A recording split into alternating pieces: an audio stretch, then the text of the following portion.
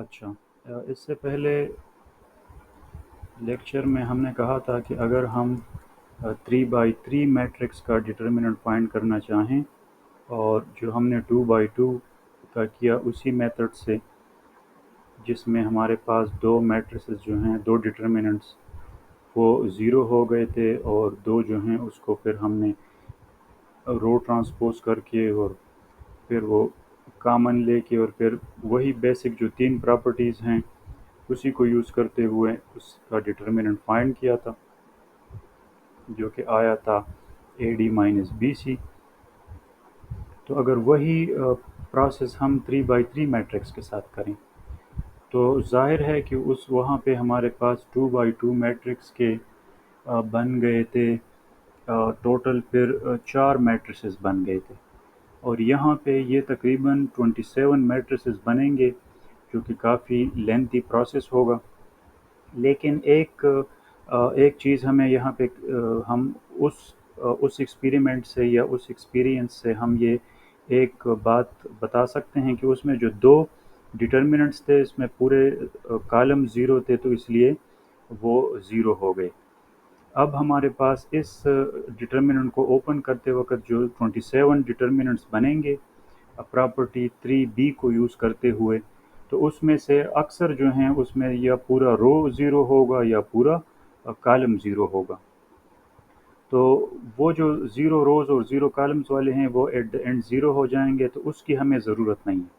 हमें सिर्फ ऐसे डिटर्मिनेंट्स की ज़रूरत है जिसमें पूरा रो भी ज़ीरो ना हो और पूरा कॉलम भी ज़ीरो ना हो। मिसाल के तौर पे यहाँ पे अगर एक मैं लिख दूँ जिसमें ना पूरा रो ज़ीरो हो, फॉर एग्ज़ाम्पल ये हमारे पास एक ऐसा डिटर्मिनेंट प्रॉपर्टी 3b की मदद से बन सकता है कि जिसमें अगर आप देखें तो इसमें न कोई पूरा रो ज़ीरो है और न कॉलम।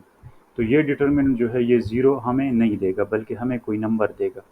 इसी तरह और भी हम सोच सकते हैं, फॉर एग्ज़ाम्पल A22 को यहाँ पे लिख दें और आगे पीछे इसको हम कर सकते हैं। तो इसके लिए आपके पास जो पोजीशंस हैं वो तीन पोजीशंस हैं, तीन पोजीशंस रोज़ के हैं और तीन कॉलम्स के हैं। तो अगर आप रोज़ के पोजीशन फिक्स कर लें और कॉलम्स के पोजीशंस चेंज करते रहें तो इस तरह आपके पास जो है वो बन सकते हैं वो तमाम डिटर्मिनेंट्स जिसका डिटर्मिनेंट ज़ीरो नहीं आएगा। इन अदर वर्ड्स, जिसमें आपके पास पूरे जो हैं वो पूरा डिटर्मिनेंट ज़ीरो नहीं होगा। तो इसके लिए एक प्रोसेस है, ये इसको हम कहते हैं परमुटेशंस, कि हम 1 2 3 को कितने मुख्तलिफ़ तरीक़ों से चेंज कर सकते हैं। फिर उसी के हिसाब से हम ऊपर वाले डिटर्मिनेंट्स में भी ये पोजीशंस चेंज करेंगे।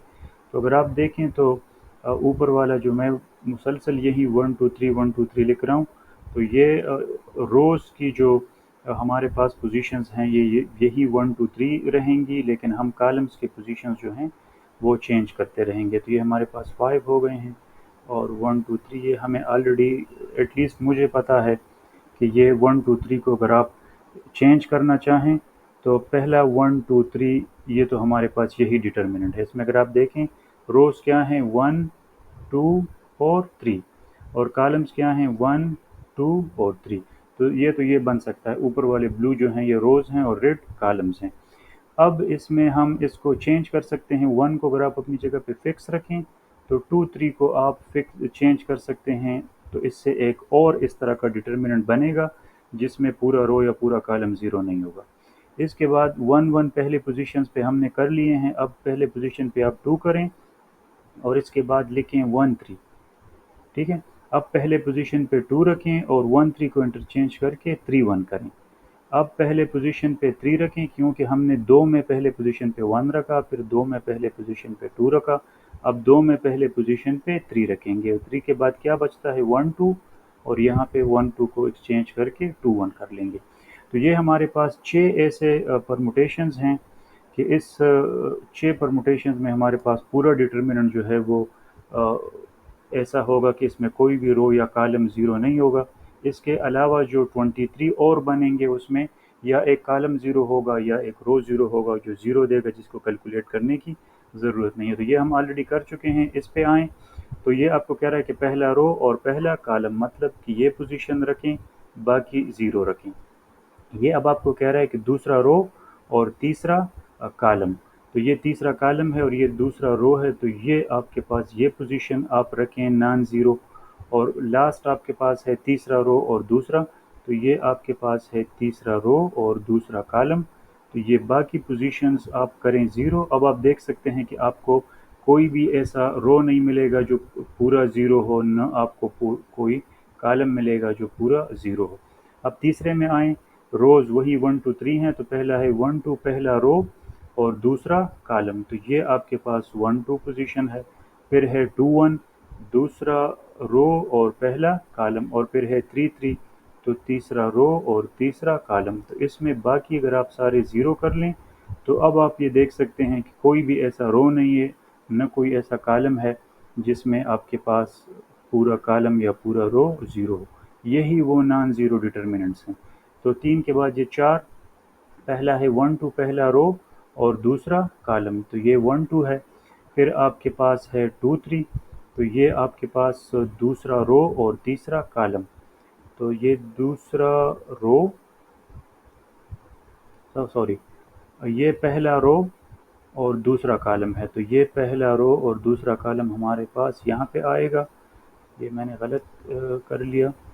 और इसके बाद हमारे पास दूसरा रो और तीसरा कॉलम, तो ये दूसरा रो है और ये तीसरा कॉलम है, और लास्ट जो है वो तीसरा रो और पहला कॉलम, तो ये हमारे पास बाकी आप ज़ीरो कर लें। तो पांचवा अब हमारे पास जो है वो क्या होगा, ये है, इसमें पहला रो और तीसरा कॉलम, तो ये पहला रो है और तीसरा कॉलम है। फिर दूसरा रो और पहला कॉलम, और फिर तीसरा रो और दूसरा कॉलम, तीसरा रो और दूसरा कॉलम। तो ये एक और मुख्तलिफ बाकी जितने भी हैं इससे डिफरेंट है, लेकिन इसमें भी तमाम के तमाम रोज़ और तमाम के तमाम कॉलम जो हैं वो नॉन ज़ीरो है। अब लास्ट वन, पहला रो तीसरा कॉलम, तो ये आपके पास पहला रो तीसरा कॉलम है, बाकी ज़ीरो कर लें। दूसरा रो दूसरा कॉलम और तीसरा रो पहला कॉलम। तो ये हमारे पास 6 ऐसे डिटर्मिनेंट्स हैं जो कि नॉन ज़ीरो हैं। इसके अलावा अगर हम प्रॉपर्टी 3 बी के मुताबिक इसको उसी तरह एक्सपेंड करेंगे तो तमाम के तमाम जो हैं 23 29 में से 6 और हाँ 29 में से 23 आपके पास ज़ीरो होंगे। अब यहाँ पे इस स्टेप से हम यहाँ पे आएँ, ये तो सिर्फ मैंने आपको बताया कि किस तरह हम अ, ये मुख्तलिफ परमुटेशंस ले सकते हैं। अब जो हमारे पास प्रॉपर्टी 3 बी है, प्रॉपर्टी 3 बी के मुताबिक हम इस तीनों रोज से कॉमन ले सकते हैं ए 1 1, सॉरी नॉट हेयर, ए 2 2 और ए 3 3। ये अगर आप कॉमन ले लें तो क्या बचेगा, 1 0 0 0 1 0 और 0 0 1। ठीक है, इसके बाद प्लस, इसको अगर आप देखें तो इसका तरतीब हमने इस तरह करना है ताकि हम फिर जब ये नंबर्स जो हैं ये एलिमेंट्स कॉमन ले लें तो हमारे पास आइडेंटिटी मैट्रिक्स बने। तो उसके लिए अगर हम दूसरे और तीसरे रो को आपस में पहले इंटरचेंज करें, तो पहला रो अपनी जगह पे रखें और दूसरा और तीसरा रो आपस में इंटरचेंज करें, तो ये आपके पास हो जाएगा 0 ए 3 2 और 0 और 0 0 ए 2 3। ये हमने इंटरचेंज किया, तो इसकी वजह से क्या होगा, इसकी वजह से हमारे पास आएगा यहाँ पे अब नेगेटिव। ठीक है, अच्छा इसके बाद अ, ये जो है इसमें हम क्या करें कि पहले तो पहला और दूसरा रो अगर आप इंटरचेंज करें यहाँ पे, तो इससे आपके पास क्या होगा, अ, ये पहला रो आपके पास बन जाएगा ए 2 1 0 0, और दूसरा रो, पहला रो अगर दूसरी पोजीशन पे आ जाएगा 0 0 0 और ए 3 3, तीसरा अपनी जगह पे ठीक है। तो अब अगर इसे हम कॉमन लेंगे ये तीन, तो आइडेंटिटी मैट्रिक्स बनेगा। एक रो इंटरचेंज हुआ है तो इसका मतलब ये है कि हमें यहाँ पे नेगेटिव रखना चाहिए। और अब हमारे पास जो तीसरा है उसको यहाँ पे मैं लिख देता हूँ ताकि फिर देखते हैं। मैं फ़िलहाल यहाँ पे नेगेटिव लिखता हूँ कि बाद में फिर क्या होता है, पॉजिटिव आता है या नेगेटिव। अब इसमें अच्छा ये 3 हम कर चुके हैं, सॉरी, अब इसका नंबर है। तो इसमें हमारे पास ये जो लास्ट रो है इसको फर्स्ट पे होना चाहिए, तो पहले हम पहला और तीसरा रो इंटरचेंज कर देते हैं। तो ये हो जाएगा A31 0 और 0, और ये दूसरा रो आ जाएगा इस पोजीशन पे, और तीसरा रो जो है वो अपनी जगह पे मौजूद रहेगा। ठीक है। अब अगर यहाँ पे हम इसी स्टेप में स्पेस बचाने के लिए इस ऑपरेशन के बाद अगर इसको आइडेंटिटी मैट्रिक्स बनाना है तो दूसरे और तीसरे रो को हम इंटरचेंज करें। ठीक है। तो दूसरा और तीसरा रो जब इंटरचेंज होगा तो A23 आएगा यहाँ पे, तो ये आप मिटा दें। यहाँ पे आपके पास आएगा A23 यहाँ आ जाएगा, और ये जो पोजीशन है ये यहाँ पे हमारे पास हो जाएगा 0, और ये आ जाएगा यहाँ पे, ये आपके पास हो जाएगा A12। ठीक है। तो दो रो एक्सचेंज हुए हैं तो दो नेगेटिव्स निकलेंगे, तो ये प्लस बन जाएगा। अब इसके बाद यहाँ पे आएँ, और इसमें पहले मैं नेगेटिव लिख देता हूँ, फिर बाद में देखेंगे कि क्या होता है, नेगेटिव निकलता है या पॉजिटिव। तो ये हमारे पास अब इसमें ये पोजीशन होना चाहिए यहाँ पे। तो आप दूसरा और तीसरा रो आपस में इंटरचेंज करें, 0 A3 to 0, और ये आपके पास हो जाएगा A21 0 और 0, और यहाँ पे 0 0 और A13। ये एक इंटरचेंज हो गया है तो इससे आया है नेगेटिव। अब अगर हम एक इंटरचेंज और करें, वो क्या होगा, पहला और तीसरा रो इंटरचेंज करें, तो ये A21 आ जाएगा यहाँ पे, और A13 आ जाएगा यहाँ पे। और अब हमारे पास यहाँ पे क्या चाहिए, हमें इन दोनों पोजीशंस पे अब हमें चाहिए 0। तो दो इंटरचेंज हो गए हैं तो अब ये हो जाएगा प्लस। ठीक है।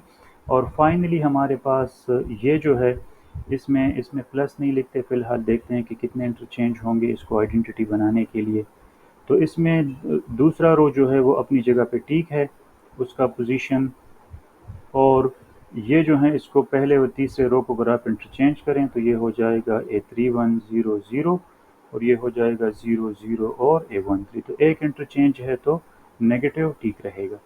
अब इसमें अगर आप देखें, ये ऑलरेडी हम कॉमन ले चुके हैं इससे, A11 A22 और A33, और साथ में ये आपके पास है आइडेंटिटी मैट्रिक्स 0 1 0 0 0 1। इसके बाद हमारे पास ये प्लस और माइनस, तो ये नेगेटिव बन गया है। एक हमारे पास इंटरचेंज हुआ था, इससे पहले रो से कॉमन ले लें A11, इसी तरह तीसरे रो से कॉमन ले लें तो ये बचेगा 1 0 0 0 1 0 0 0 1। ये हमारे पास प्रॉपर्टी 3A है। और यहाँ पे आप ले लें A21 A12 और A33, ये हमने कॉमन लिया है यहाँ से, और बचेगा क्या, 1 0 0 0 1 0 और 0 0 1। ठीक है। अब यहाँ पे आएँ तो इसमें आप सिंपली अगर ले लें A31 A12 और A23, तो आपके पास बचेगा 1 0 0 0 1 0 और 0 0 1। और अब आपके पास यहाँ है प्लस, और इसे आप ले लें A21 A32 और A13, तो इसमें आपके पास बचेगा 1 0 0 0 1 0 और 0 0 1। और फाइनली आपके पास ये नेगेटिव के साथ है A31 और A22 और A13, और साथ में है 1 0 0 0 1 0 और 0 0 1।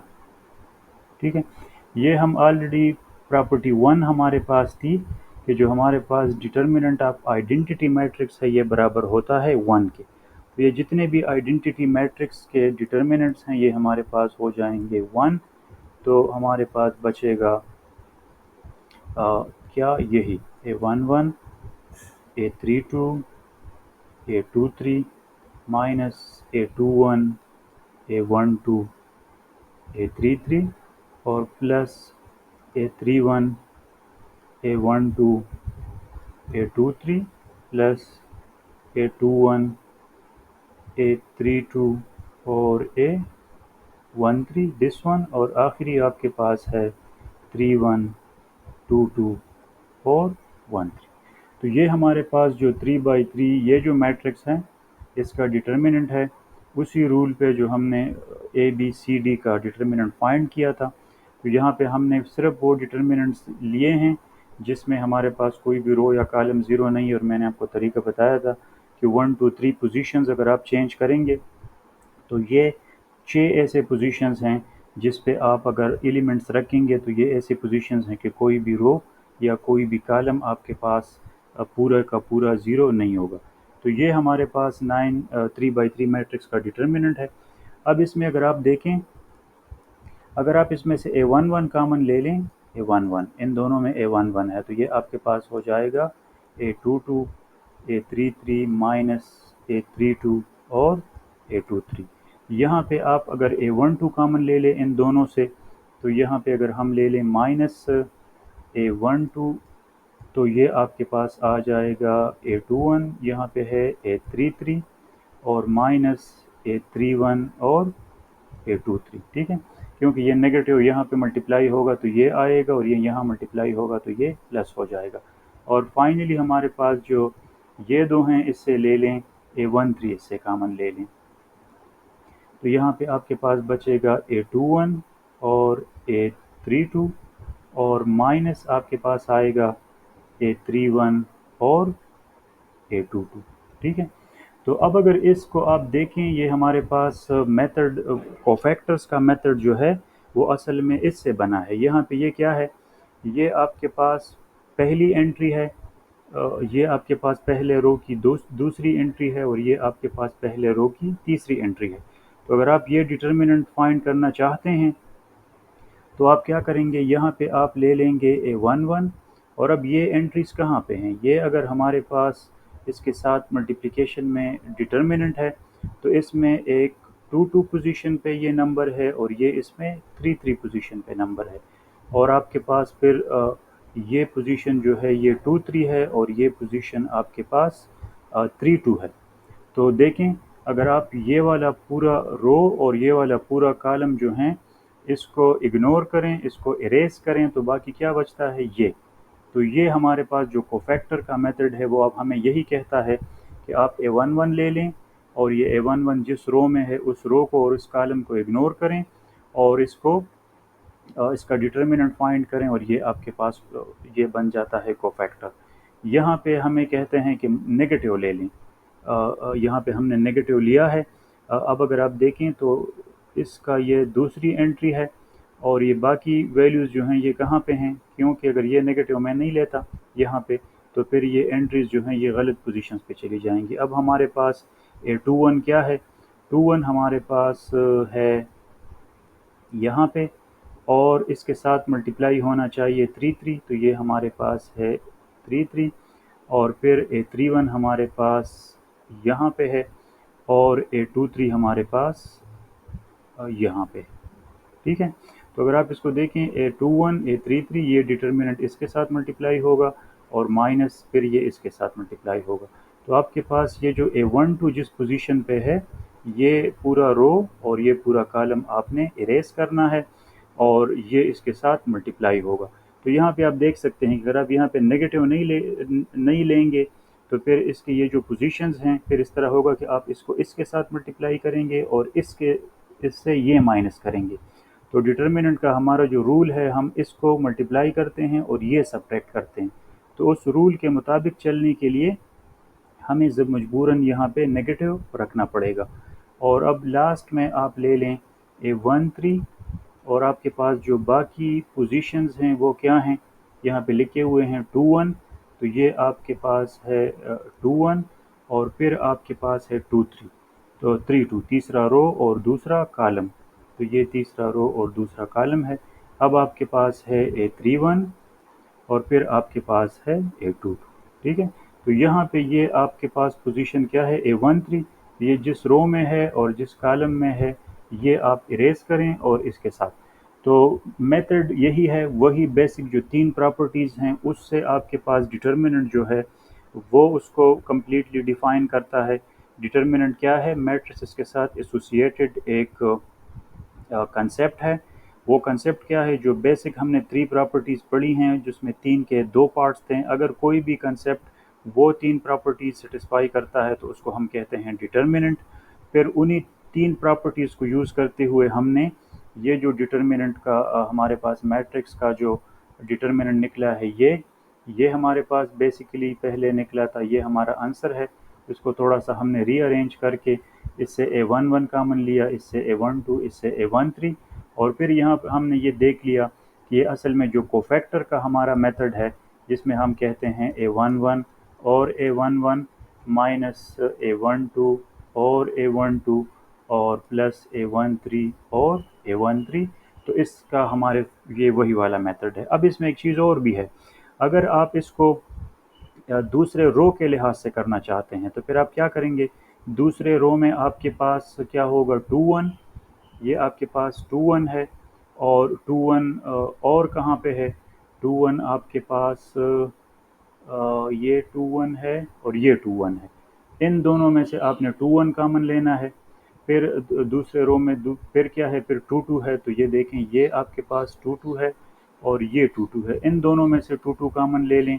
और फाइनली आपके पास 2 3 है, तो एक ये 2 3 है और ये आपके पास ये 2 3 है, तो इनमें से ये कामन ले लें तो आपके पास फिर जो मैट्रिक्स बनेगा वो इस तरह होगा कि दूसरा रो और उसका कोफैक्टर और ये यहाँ पे माइनस पोजीशन होगा, और फिर प्लस आ, दूसरा दूसरे रो का दूसरी एंट्री और ये इसका कोफैक्टर, और इसी तरह आपके पास आखिरी एंट्री ये 22 है और इसका कोफैक्टर। और इसी तरह आप तमाम कॉलम्स और तमाम रोज़ अगर आप कॉमन लेना चाहते हैं तो ये आपको पता चल जाएगा कि आप किसी भी रो या किसी भी कॉलम के लिहाज से इसको एक्सपेंड कर सकते हैं। तो बेसिकली ये जो यहाँ पे जो हम प्लस और माइनस लेते हैं इसका कंसेप्ट भी आपको यहाँ पे समझ आ गया होगा कि ये हमारे पास असल में इस डायरेक्शन को हम और इस डायरेक्शन को बनाने के लिए कि हमारे पास दिस माइनस दिस हो, हर जगह पे दिस माइनस दिस हो। तो अगर हमारे पास कहीं पे ऐसा हो कि ये इसके उल्टा हो तो इसको हम नेगेटिव कॉमन लेके इसको रिवर्स कर देते हैं ताकि फार्मूला यही रहे कि दिस माइनस दिस, यहाँ पे भी यहाँ पे भी। तो I think this is enough for this.